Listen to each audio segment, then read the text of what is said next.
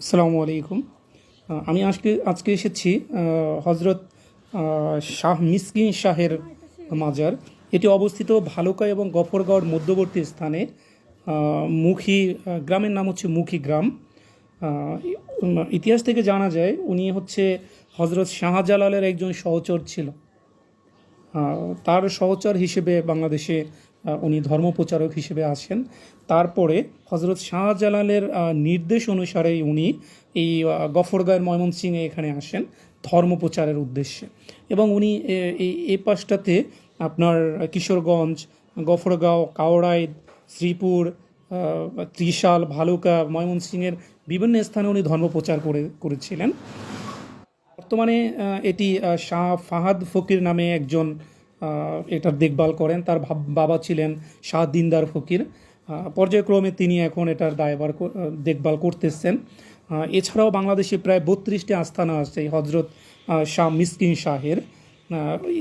এখানকার লোকজনের সাথে, কিছু লোকের সাথে কথা বলে যেটা আমি জানতে পেরেছি যে তিনি নাকি আগুন নিয়ন্ত্রণ করতে পারতেন এবং জীবজন্তুর সাথে উনি খেলাধুলা করতেন।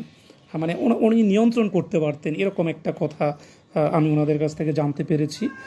আরেকটা বিষয় লক্ষণীয় হচ্ছে যে কিছুদিন আগে আপনারা জেনে থাকবেন যে নাট্য অভিনেতা সমু চৌধুরী উনি এই মাজারে এসেছিলেন। এখানে এসে উনি মানে ওনার পাগল হিসেবে নিজেকে পরিচয় দিয়েছিলেন এবং এখানকার যে কিছু পাগল আছে, যে গাজা বাবা যেগুলা, তাদের মানে সাথে থেকে মানে হয়তো রাত্রে সিদ্ধি পান করে সে অচেতন অবস্থায় ছিলেন।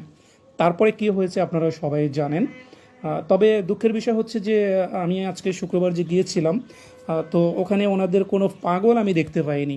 ওনাদের কাছ থেকে জানতে পেরেছি যে ওনার যে পাগলরা রয়েছে এখানে, যারা ওই যে চুল, জট চুল এবং ওই মানে বিবস্ত্র অবস্থায় থাকে, খালি গায়ে হাঁটাচলা করে, তারা এখন নাকি লালন শাহের মাজারের ওখানে এখন মেলা হচ্ছে, সবাই ওখানে আছে। এই জন্য এখানে আমি আজকে আর কাউকে দেখাতে পারলাম না বা দেখতে পাইনি, এই আর কি। তবে এখানে প্রতি বছরের আষাঢ়ের শেষ সপ্তাহে এক সপ্তাহ এখানে মেলা বসে। তো উরুস মোবারক হয় ওনাদের, যেখানে ওনাদের পাগলরা সারা বাংলাদেশ থেকে আসে এবং ওনারা এখানে রাত্রি যাপন করে থাকে, বিভিন্ন ধরনের গান বাজনা করেন।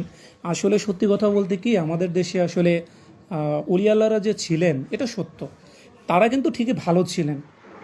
কিন্তু বর্তমানে মানুষ যেটা করছে তাদের মাজার নিয়ে, আসলে এটা আসলে কোনো যৌক্তিকতা নেই। তারা আসলে ইসলাম প্রচারক হিসেবে ছিলেন, তারা ভালো কাজ করে গেছেন। কিন্তু তার এখন যারা আছেন ওখানে দেখলাম যে বিভিন্ন ধরনের লোকজন আসে, যারা মানে হয়তো ঠিকমতো নামাজ পড়ে না, আবার ঠিকমতো হয়তো তাদের ইমানি শক্তিটাও হয়তো ওই রকমের নেই, অনেক দুর্বল হয়ে গেছে।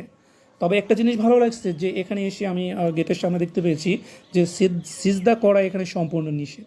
এদিক থেকে আমার ভালো লেগেছে। কিন্তু আশেপাশে অনেক ধরনের অনেক মানে গাঁজাখোর, চুলে জট এরকমের ছিল, তাদেরকে আমাকে ভিডিও করতে দেয়নি, যার কারণে আমি ওটা থেকে বিরত ছিলাম।